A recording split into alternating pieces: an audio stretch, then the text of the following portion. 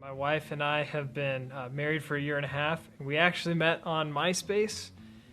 Yes, we're one of the success stories from MySpace.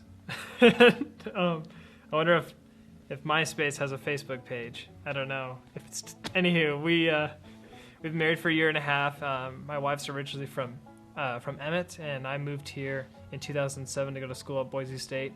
And we've both been going to First Baptist since February of this year, 2014. And we have a really goofy dog named Eli, and we're just loving life right now.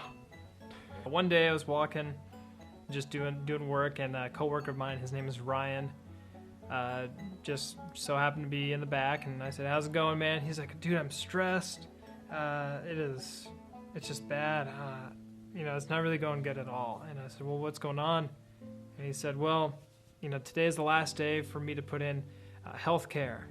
I could do the Obamacare, or I could go with the company's health care, and I've got to pay bills. I'm past due on child support, and I need money for daycare. I haven't paid that last month.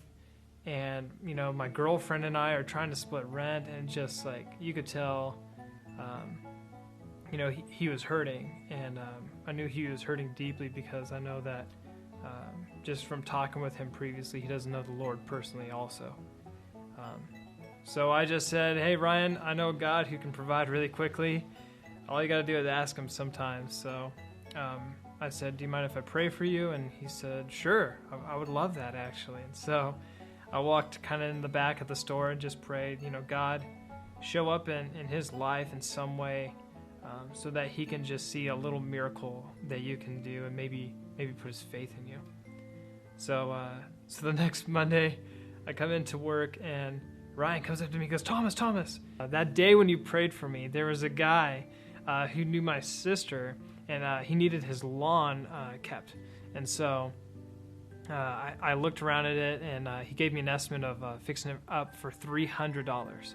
And that was enough. He told me to go pay off the child support and the daycare bill of the previous month. So now he's caught up financially, and he's like, "Hey, I wanted to let you know, like, I don't know if your prayer worked, but it worked." And, at that time, I was like, "Well, dude, that's awesome. That's just how God provides." And I think that's the greatest thing that a believer in Christ can have is prayer, because it's showing the personal relationship with Jesus.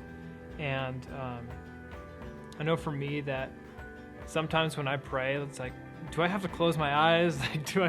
And I just kind of think, like, I don't think I do, because I know that God's right here with me and he can hear me. And sometimes it's the silliest prayers in my mind. I'm like, why would God even care about that? But then I remember he died for me. And at that point, I'm like, okay, I'm pretty sure he wants to hear the prayers I have. And it's got to be, if not the most important part of our relationship with him, is prayer.